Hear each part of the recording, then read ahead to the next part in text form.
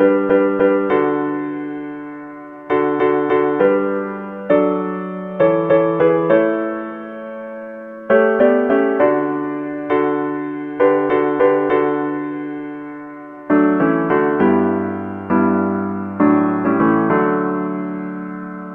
I am. Good morning, everybody. Here we are, waking up with the word for the 476th time. Wow, the big 476. That is right.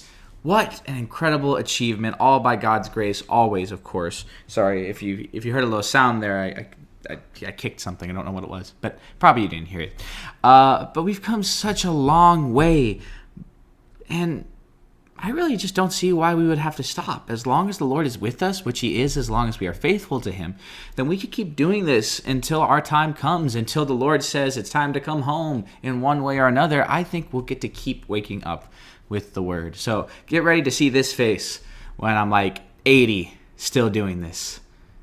Wow. Could you imagine that? That's totally a sidetrack. 80 years old, Joe the Beloved going, here I am. Good. Wow, that's fun. That'd be kind of awesome. Anyway, forgetting that, that's way down the line. Please comment below if there's anything you want to talk about at all. I want to hear all about it. Be sure to like, share, subscribe, click the notification bell, all that good stuff. Let me know if this has been a blessing for you, because it has been a blessing for me to share it with you. Lots of great stuff happening in the Word of God today, as always. In 1 Timothy chapter 3, verses 1 through 16, we have the great mystery of Christ. Incarnate in human flesh, death, resurrection, new life for all who believe. This beautiful mystery. It's not a mystery that we don't understand. Like, we know what he did, but still it's beyond us. It's miraculous. It's mind-blowing. And we're never going to be able to fully grasp the beauty of the incarnation, the death, the resurrection, the miracle that is Jesus Christ and what he has done for us. So praise God for the beautiful, great mystery. And in Psalm 88, verses 1 through 18, we have a prayer for help in a despondent time, a time of struggle, a time of pain and sorrow, a theme that keeps coming up in the Psalms recently. And really, I get it. Things can be difficult. Things get really difficult quite often. And back then, these people were facing challenges like enemies surrounding them. When David writes a psalm, he's been kicked out of his kingdom or betrayed by King Saul or betrayed by his son.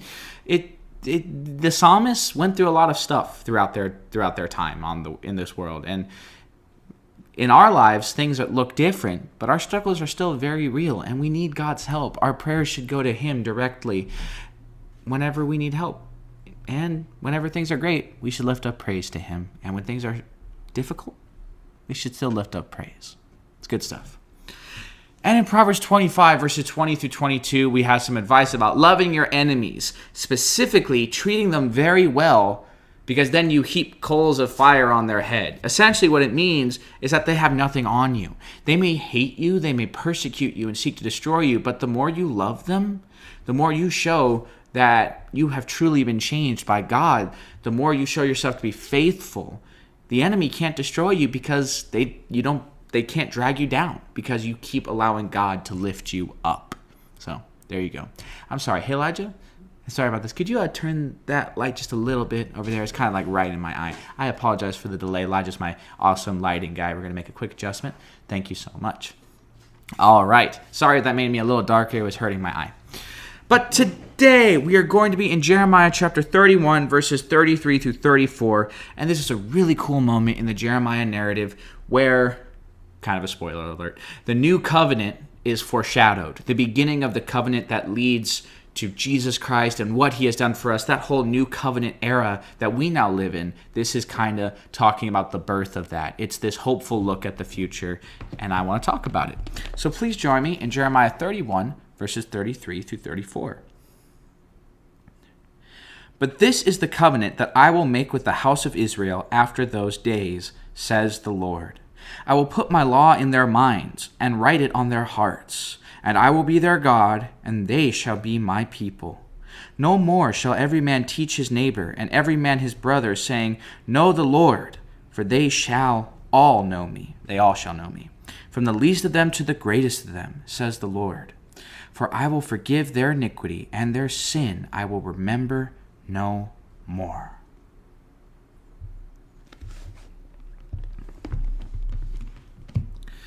It's a powerful picture of God's mercy. Even before all that stuff had taken place, we see the road ahead charted from here to where we are now.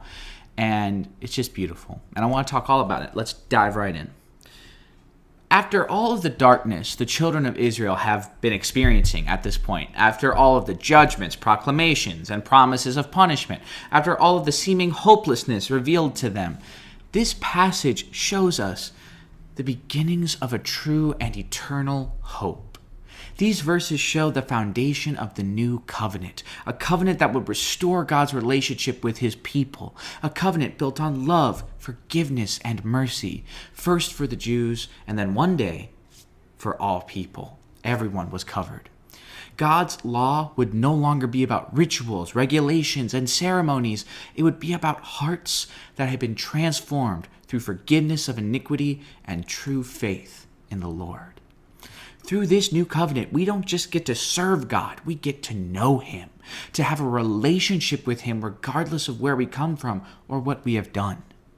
The Israelites experienced a time of terrible separation from the Lord, but once that time came to an end, the path was prepared for the arrival of our Lord and Savior, Jesus Christ, who would bring the new covenant into effect for all peoples everywhere in the world. Our hope is present and eternal, and absolutely no one can take it away. Though we may experience dark times, through even the deepest darkness, the light of the Lord shines for all to see.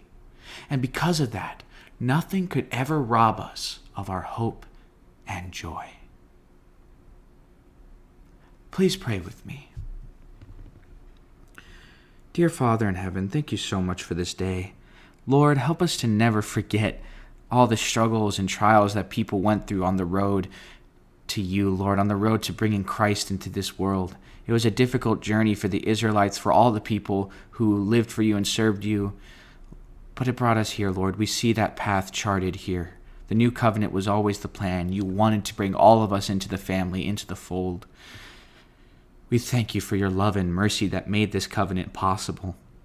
We thank you for forgiving our iniquities and for remembering our sins no more. Help us to live in light of this new covenant, to give of ourselves completely to you. Because we don't just get to serve you, Lord. We get to love you, live for you. We get to know you and experience you. Thank you for all these truths. Help us to never take them for granted. In Jesus' name I pray. Amen. There you have it. 476 episodes of Waking Up with the Word. That was pretty incredible if you ask me. Now, to be clear, I'm not saying serving the Lord is somehow beneath when I say just serve God. I mean, our relationship is deeper than just servant and master. Yes, we are God's servants. He is our eternal master. But through his Son, through the new covenant, he made it possible for that relationship to just be beyond anything we could imagine, to be a master who loves us completely, for us to experience that love and get to live in such a way that reciprocates that love. We get to experience it fully, with nothing in our way, no veil, no temple, no need for ceremonial cleanliness. It's there always. He is with us always. He reaches for us always, and we can reach back always. That's kind of a whole extra thing, but there you go. Please comment below if there's anything you want to talk about at all. If you want to talk about this or something else, we will work through it together. Be sure to like, share, subscribe, click the notification bell. Keep working on Jeremiah 17, verse 9. The heart is deceitful above all things and desperately wicked. Who can know it? It's a great reminder to remember that the Lord is wise, much wiser than we could ever be, by listening to our own hearts, as the world often tells us to. So don't let our sinful nature deceive us, makes us feel like our hearts know what's best. God knows what is best. Trust him above all else. And don't let yourself be deceived by yourself. There you go. And I hope you'll be in fellowship this Sunday wherever you are. God bless you all, and have a blessed and wonderful day.